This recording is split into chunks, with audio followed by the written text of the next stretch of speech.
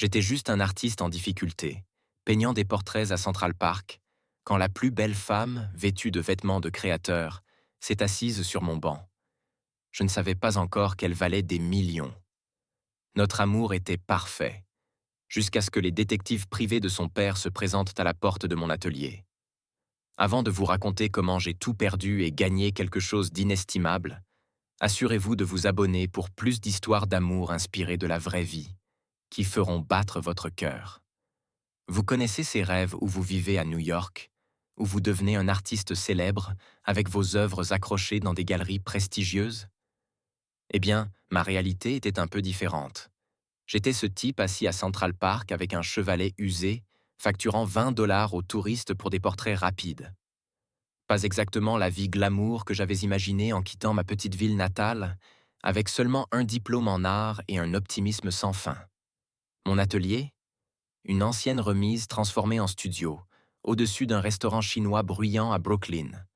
Le genre d'endroit où l'odeur du poulet Kung Pao s'infiltrait à travers le plancher et se mélangeait à celle de la peinture à l'huile et du térébenthine. Mon lit? Un simple matelas posé à même le sol, entouré de toiles que je n'arrivais pas à vendre et de rêves que je n'arrivais pas tout à fait à atteindre. Mais au moins, j'avais une belle vue sur la skyline de Manhattan à travers ma minuscule fenêtre, même si elle était partiellement obstruée par un escalier de secours rouillé.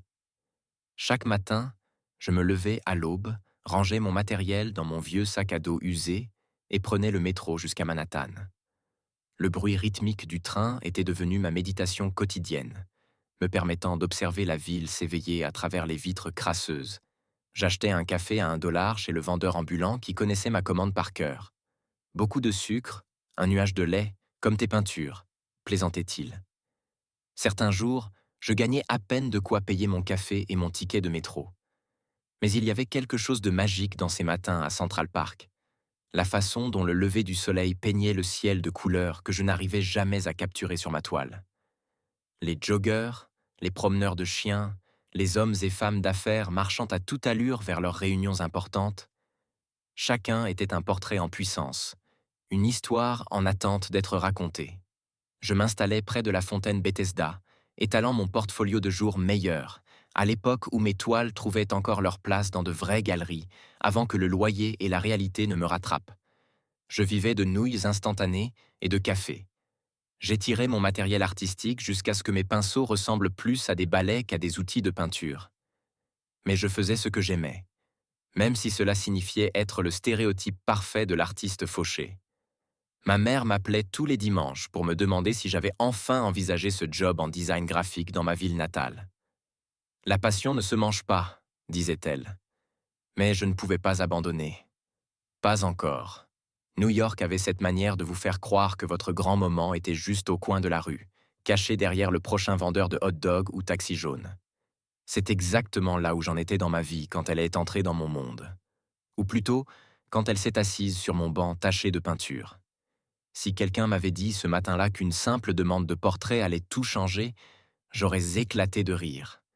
Mais parfois, la vie peint son propre chef-d'œuvre, utilisant vos erreurs comme de parfaits accidents heureux dans un tableau plus grand. 20 $ pour un portrait. Sa voix était comme du miel chaud par un matin froid, me faisant lever les yeux de mon carnet de croquis.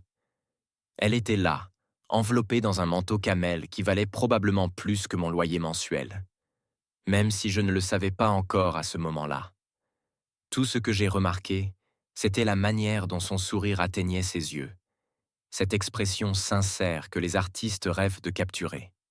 J'ai essayé d'avoir l'air détendu, comme si des femmes aussi belles s'asseyaient à mon banc tous les jours. Mais mes mains m'ont trahi en faisant tomber un de mes fusains. Elles n'étaient pas comme mes clients habituels, ces touristes armés de perches à selfie et de guides de voyage. Il y avait quelque chose de différent dans la façon dont elle étudiait mon portfolio, prenant son temps pour chaque pièce, posant des questions qui allaient au-delà du simple bavardage poli.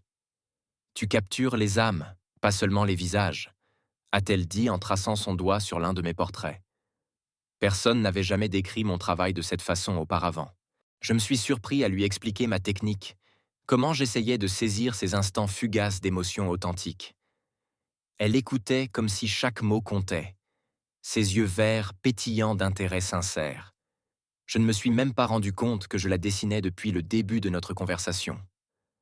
Le temps semblait ralentir dans notre bulle près de la fontaine. Le chaos habituel du parc, les joggeurs, les musiciens de rue, les enfants courant après les pigeons, s'effaçaient en bruit de fond. J'ai appris qu'elle s'appelait Sarah, qu'elle adorait Van Gogh, mais trouvait Klimt surestimé, qu'elle avait cette habitude de remettre une mèche de cheveux derrière son oreille quand elle parlait d'art. Ce que je n'ai pas appris, c'était son nom de famille, ou pourquoi quelqu'un qui portait des chaussures Louboutin s'intéressait autant au travail d'un artiste de rue. Le portrait a pris plus de temps que d'habitude, non pas parce que je peinais, mais parce que je ne voulais pas le terminer. Chaque coup de fusain était une excuse pour la garder là, à parler de tout et de rien.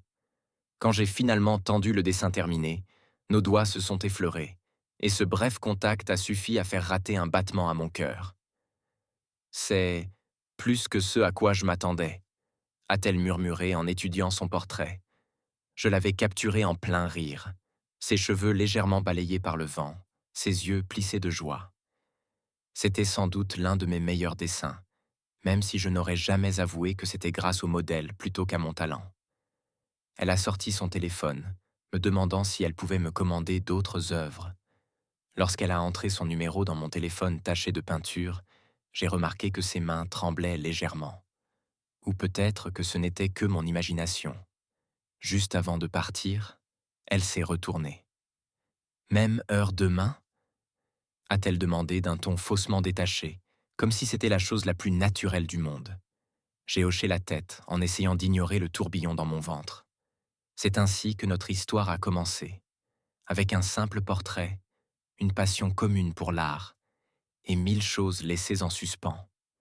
Aujourd'hui, en y repensant, je me demande si elle savait déjà qu'elle était sur le point de bouleverser ma vie. Le café est devenu notre rituel, pas dans un Starbucks ou un café chic de Manhattan, mais dans un minuscule troquet à Greenwich Village. Un de ces endroits où la machine à expresso donnait l'impression d'être sur le point d'exploser et où le barista connaissait la vie de tous les clients.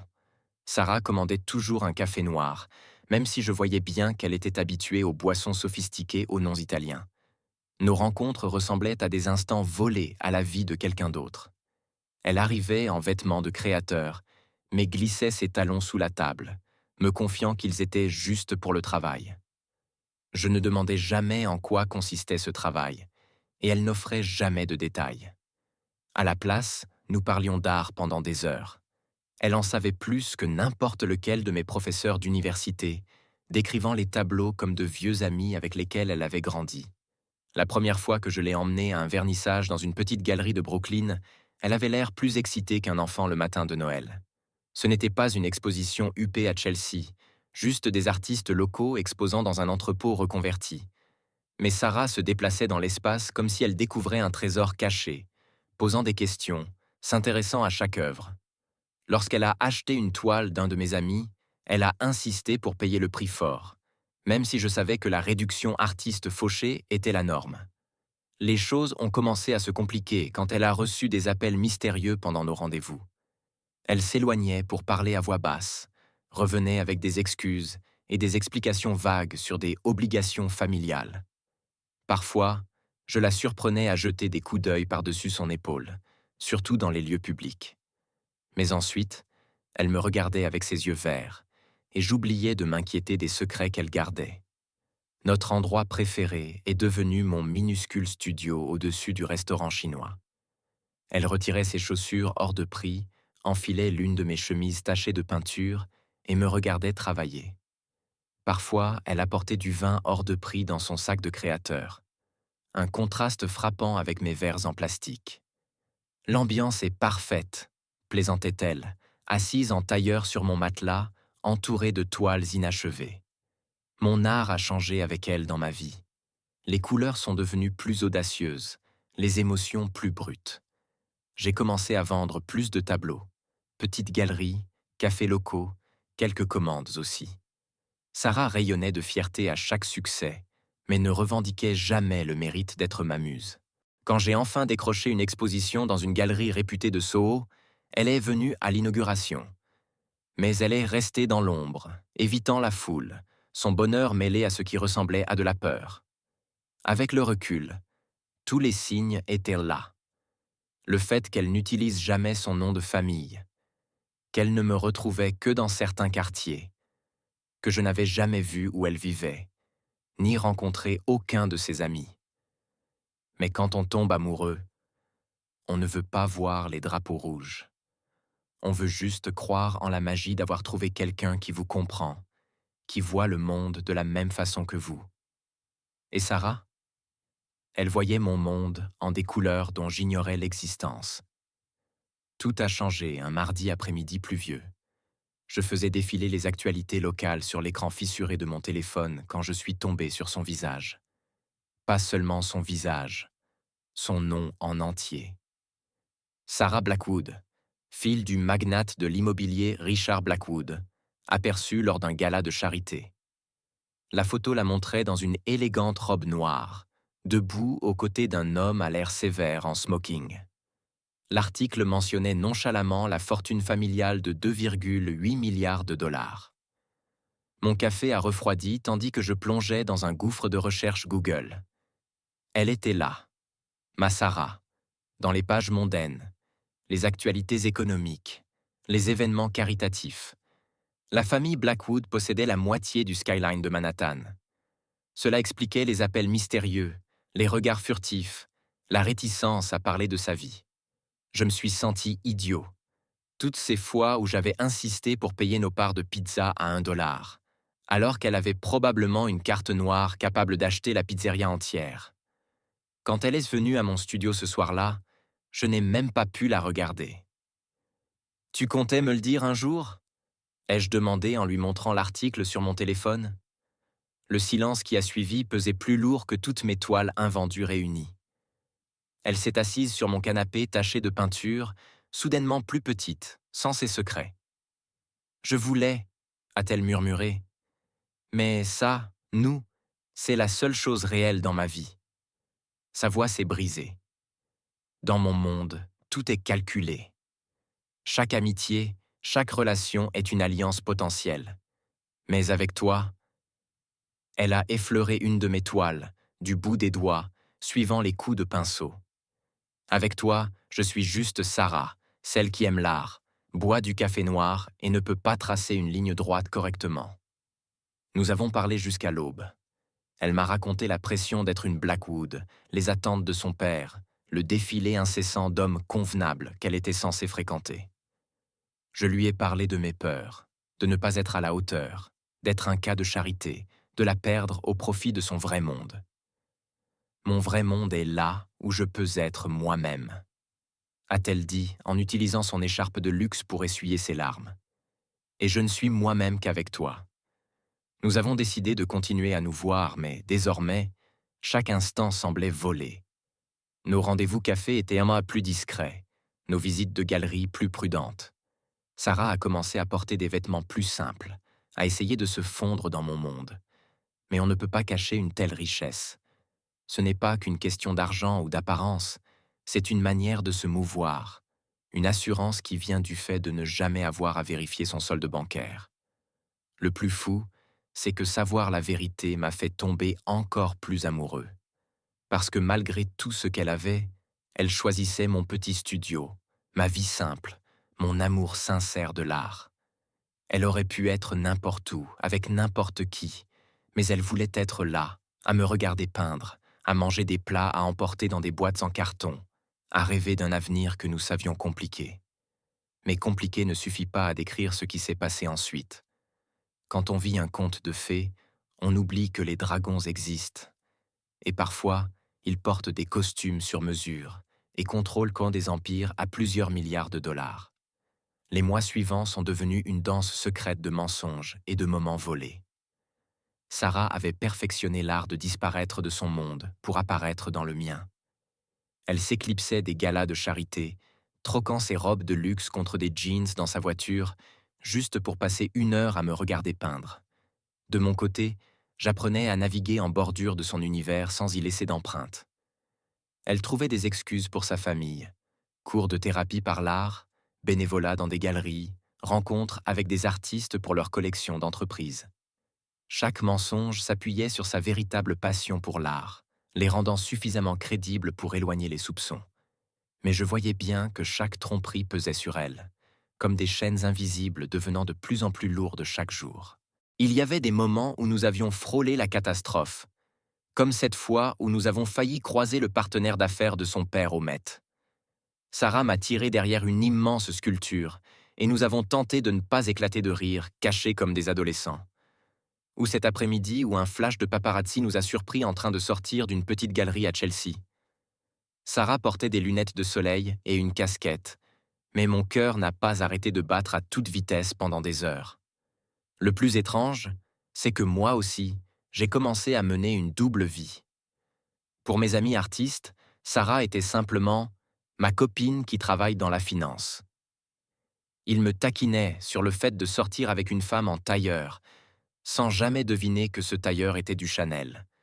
Je suis devenu expert dans l'art d'esquiver les questions sur son passé, son domicile, ou la possibilité de rencontrer sa famille. Chaque mensonge ressemblait à un coup de pinceau de la mauvaise couleur, gâchant la toile de notre relation.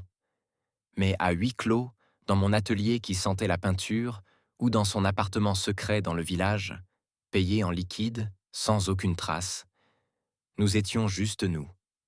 Elle lisait des magazines d'art pendant que je peignais, ses critiques devenant de plus en plus précises et affûtées. Je lui ai appris à mélanger les couleurs, riant alors qu'elle créait des nuances de brun improbables. Nous commandions des plats à emporter bon marché et les mangions assis par terre, imaginant des expositions qui n'auraient jamais lieu, rêvant d'un futur où nous n'aurions plus à nous cacher. L'ironie ne m'échappait pas. Je vendais plus de tableaux que jamais.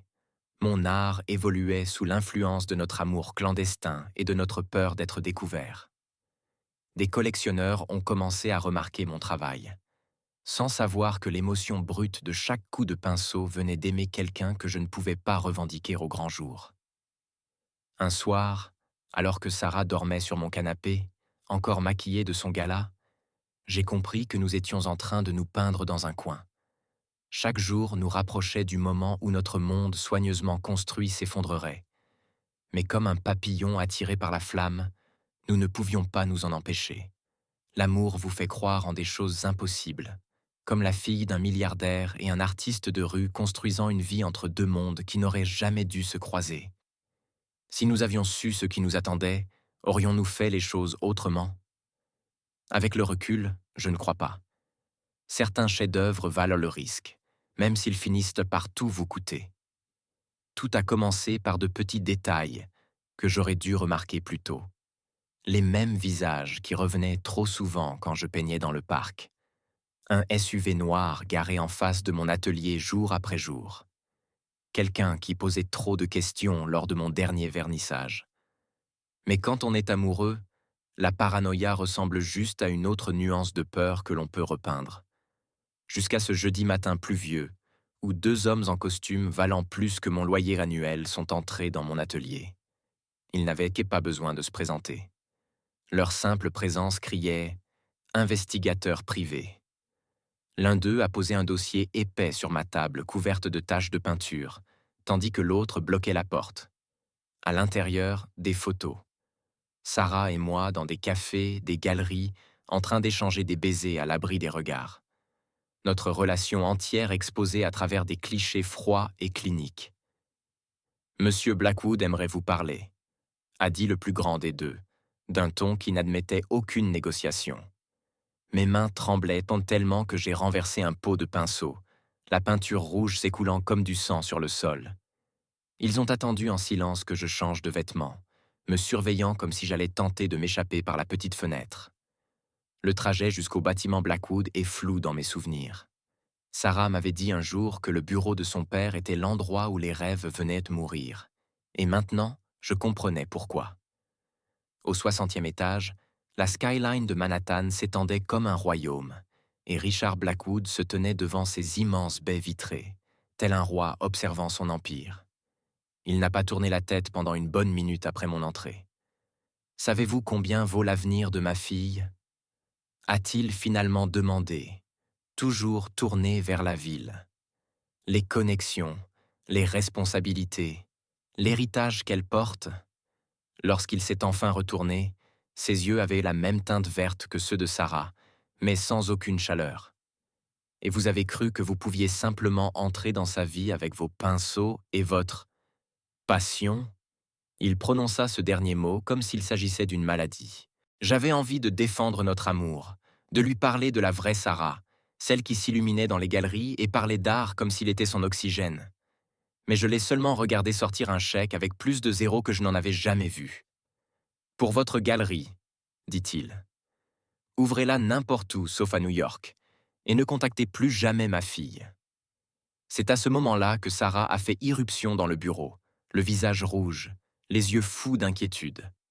Elle avait dû être prévenue par quelqu'un des enquêteurs. Ce qui s'est passé ensuite ressemble à une scène de film dont je ne serai pas le héros. Sarah hurlant sur son père, les larmes coulant sur ses joues. Lui la menaçant de la couper de tout, de ruiner ma carrière. Elle lançant ses cartes de crédit sur son bureau. Moi, debout là, me sentant comme une toile déchirée en deux. « Si tu me forces à choisir, a-t-elle dit, la voix tremblante mais ferme. Tu n'aimeras pas ma réponse. Le silence qui a suivi a résonné comme le bruit d'un empire qui s'effondre. Richard Blackwood avait passé sa vie à bâtir des murs avec de l'argent, mais il n'avait jamais imaginé que sa fille puisse les escalader. Nous avons quitté son bureau main dans la main, elle tremblante mais fière, moi me demandant si je venais de ruiner sa vie ou de la libérer. Peut-être les deux. Il s'avère que la liberté a sa propre forme de richesse. Le choix de Sarah ce jour-là lui a coûté son héritage, son nom de famille et la plupart de ses connexions dans la haute société. Mais la voir s'éloigner de milliards sans un regard en arrière m'a appris plus sur l'amour que n'importe quel conte de fées. Sa mère nous a tous surpris. 2 semaines après la confrontation, elle s'est présentée à mon atelier avec un petit paquet. À l'intérieur, une paire de boucles d'oreilles en diamant, celle de la grand-mère de Sarah.